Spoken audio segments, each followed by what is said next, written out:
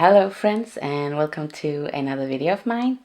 And I think I'm gonna start a new reading vlog today. I was a little bit in doubt whether I should just do a wrap up or if I should do a reading vlog, but I think I'm gonna do a reading vlog. And I have 5 books that I wanted to get through. So yeah, let's just get into it. It's going to be a little bit of a Summerween video, but not only spooky books. I have some other vibes too that I wanted to get to, but I think they match quite well. So that's my overall plan. And then I also have to update you on 2 books that I didn't get to finish in my last reading vlog. That's my overall plan with this video, and then let's just see where it goes. The first book out of 5 that I do want to read is called The Glass Hotel by Emily St. John Mandel. And yeah, I really do love Emily St. John Mandel's writing. I think it's so poetic in a way.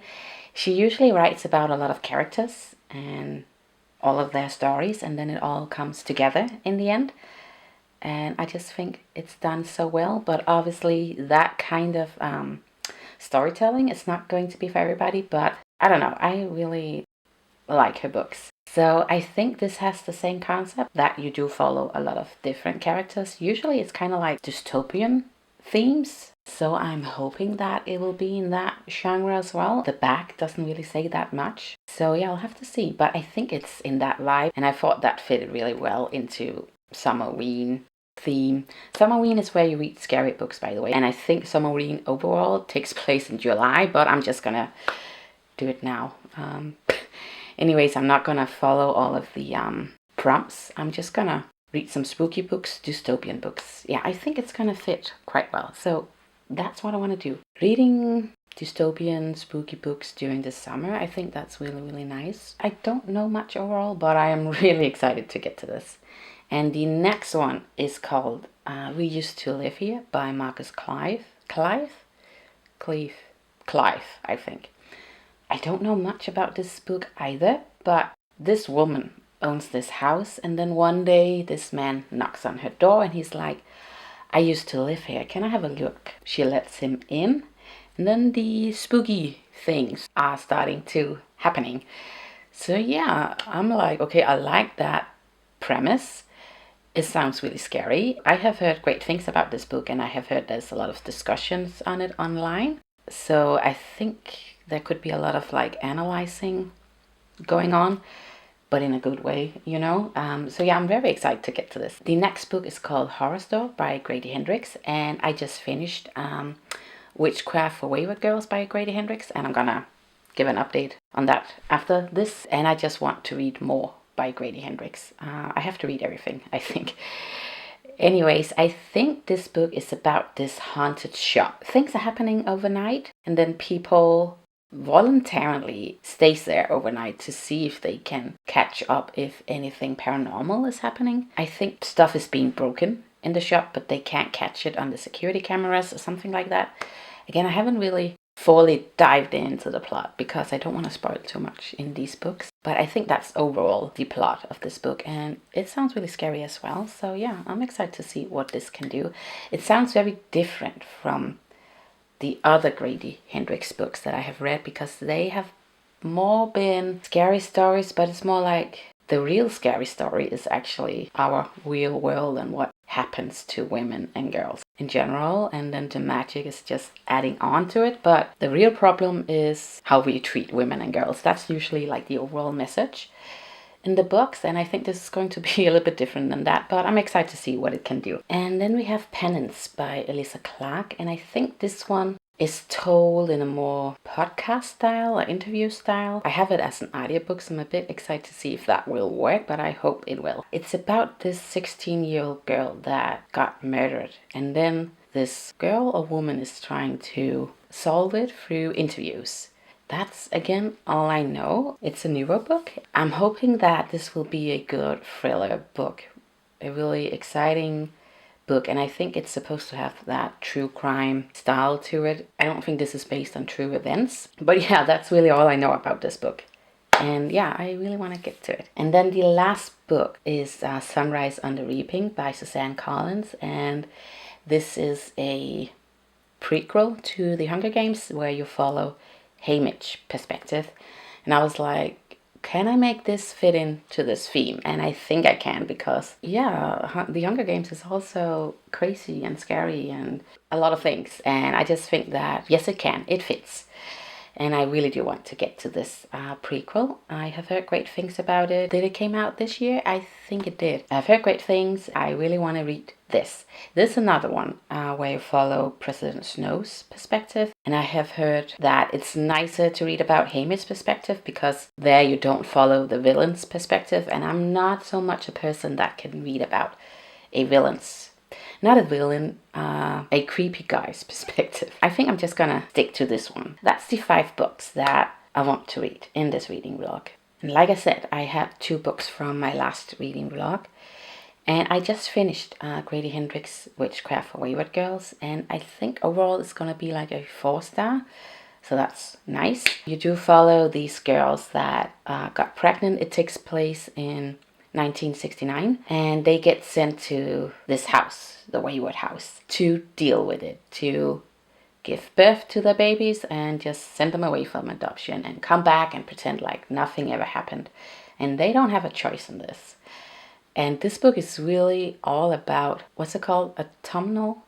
I feel like I'm saying it wrong. Autumnal, being able to decide over your own body. Also, when they given birth, it's like, if you don't do what we say, we will just lock you away. So if these girls wanted to keep their babies, they would just be locked away. Some of these girls stumble upon some magic, and then things are happening. I don't want to spoil much more than that, but that's like the overall theme. And like I said before, that's usually what Grady Hendrix is writing about. Women trying to fight back the system. Overall, a 4-star. I think some parts of the book were a little bit slow, so that's why it's a 4-star and not a 5-star. And then, and this is embarrassing, I have the Children's Train, and I think I have had this in 2 reading vlogs right now, and I'm still not really far in it. But that's my plan, to finish this book. And I will give you an update when I have finished it in this reading vlog. Yes. And if I finish this, I don't have it right here with me, but that's another physical copy that I have. And that is called You're Not Supposed to Die Tonight by Kalynn Bayron. And I thought I could start that, because that would be perfect for Summerween as well. And this book is about this girl that works at this summer camp. And then at the last week of this summer camp, people are going missing. That's all I know. It sounds really exciting. It's not that long. I think it's YA, young adult. But yeah, I definitely do want to read that, and it would just be perfect for Summerween. So yeah, that's my plan. If I can finish the Children's Train, to start that one. And then the other books are audiobooks, because that's usually how I get through books. So yeah, that's my plan overall, and I will see you in a little while. Okay, time for my first update. I finished The Glass Hotel by Eliza and John Mandel. And this is definitely not dystopian. It starts in the 90s, and I think it expands over 20 years or something like that. It goes back and forth in time, actually. Yeah, so definitely not futuristic, and the world is not ending in this book. I just went into it with the mindset that that was the kind of book that I was going to read, but it wasn't. So it's a little bit difficult to rate this book. There's a lot of small crimes happening along with this bigger crime. A Ponzi scheme, let me tell you that. And you are following a lot of characters. All of their stories are coming together in the end. And that is what Eliza and John Mandel is doing really, really well. The way that she connects all of these pieces together. I really like that. But this was a bit different, and maybe like a 3.5 star for me, because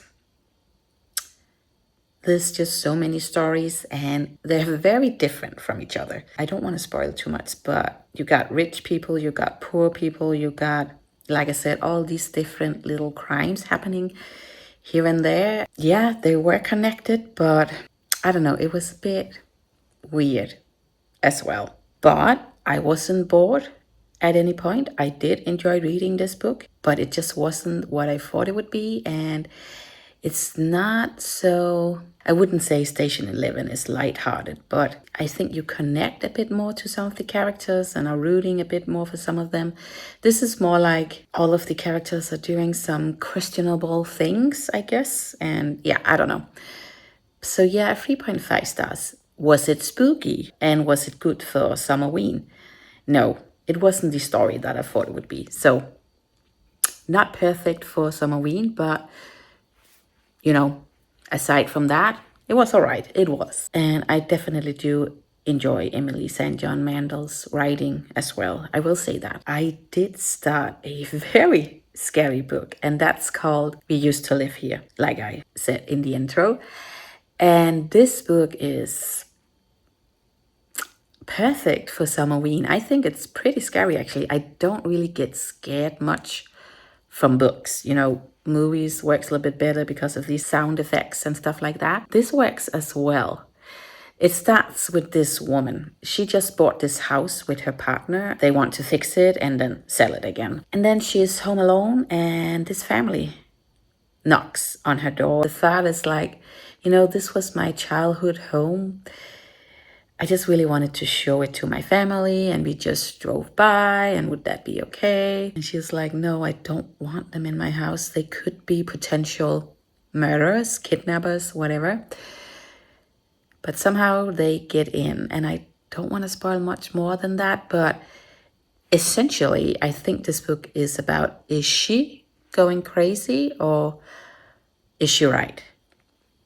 So it's that kind of book. As a reader, I'm definitely confused because sometimes I really do want to say like, okay, it's the surroundings that are changing and it's the surroundings that are messing with her.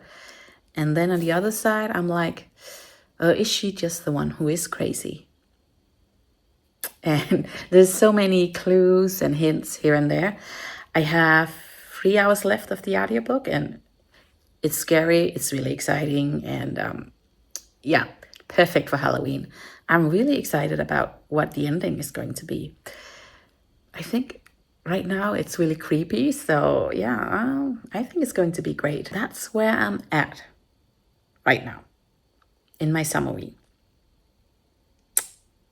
So one book that's not so perfect for Summerween, but this one, We Used to Live Here, is definitely perfect for it. So yeah, I will give you an update in a little bit. Okay, listen, I finished We Used to Live Here.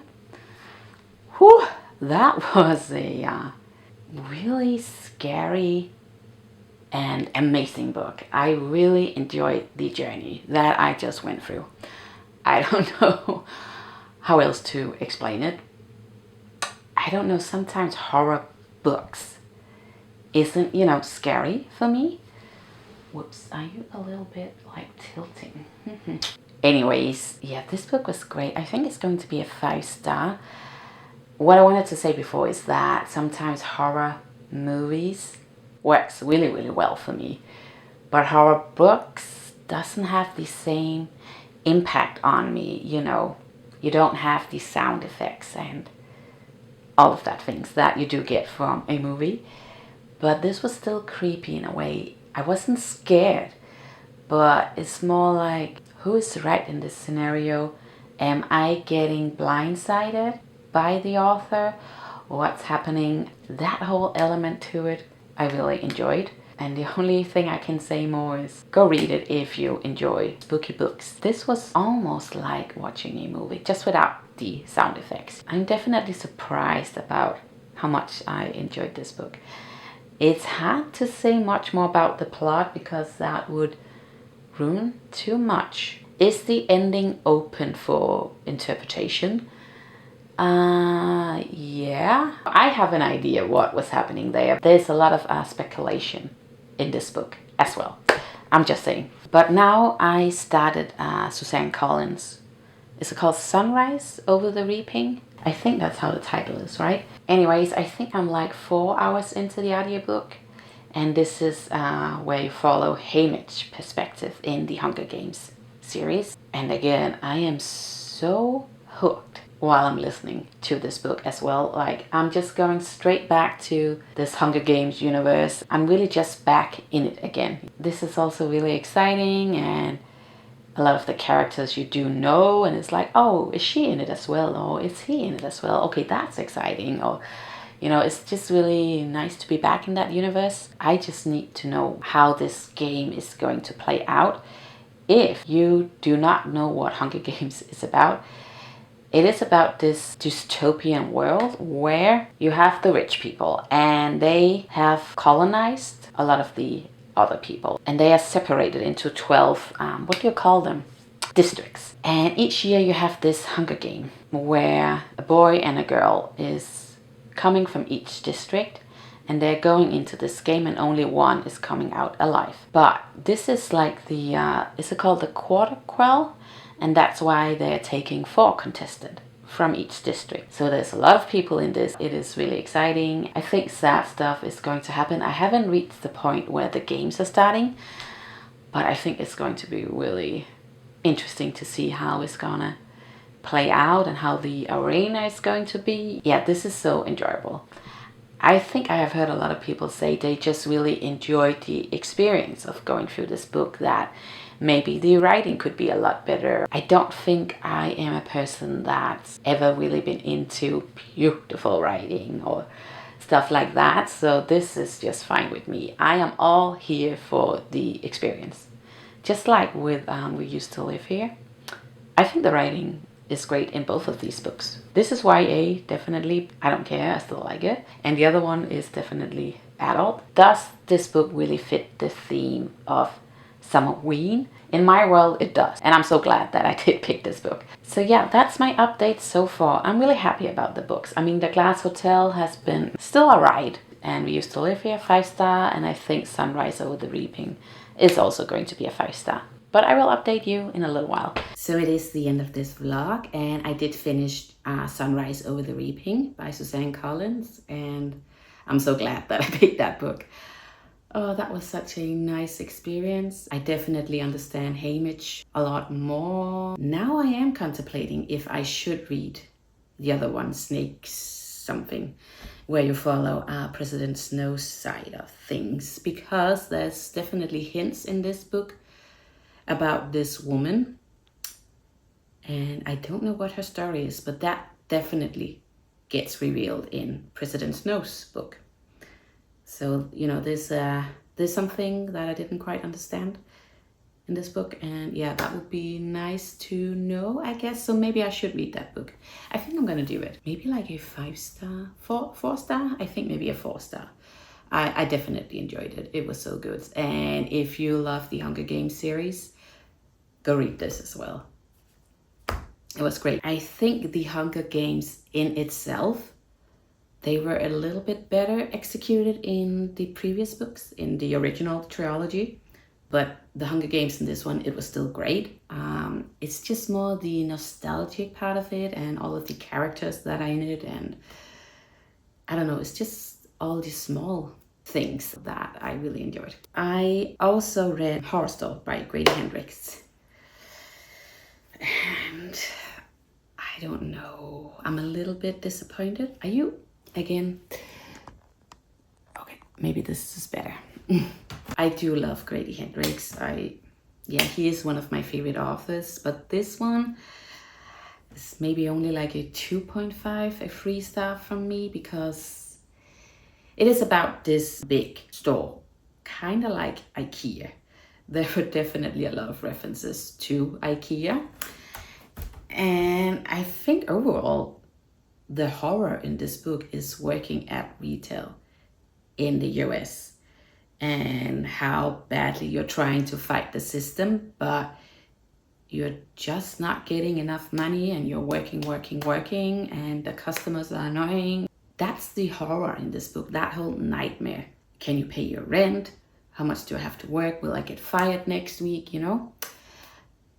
But there has been some damage done to the store during the night. And then one of the managers are asking, okay, I hope this is better. So one of the managers are asking 2 of his employees to stay with him over the night. They will get paid, and then just to see what's happening. Is somebody breaking in? That's a bit weird. Why just not call the police? The cameras aren't working during the night, so that's a bit weird. but they stay. They don't think much of it. And then weird things are starting to happening. And I'm not really gonna say much more than that, but you know, it's definitely supernatural and a bit splatterish. But it's not that long, it's not that deep. I didn't find it funny, I didn't find it scary. The descriptions overall, they were a bit boring to me. I wasn't invested at all, I guess. So maybe like a small 3-star. I still like Grady Hendrix, I do, but this was not my favorite book. Check out the other ones. This is embarrassing. I haven't read a single word.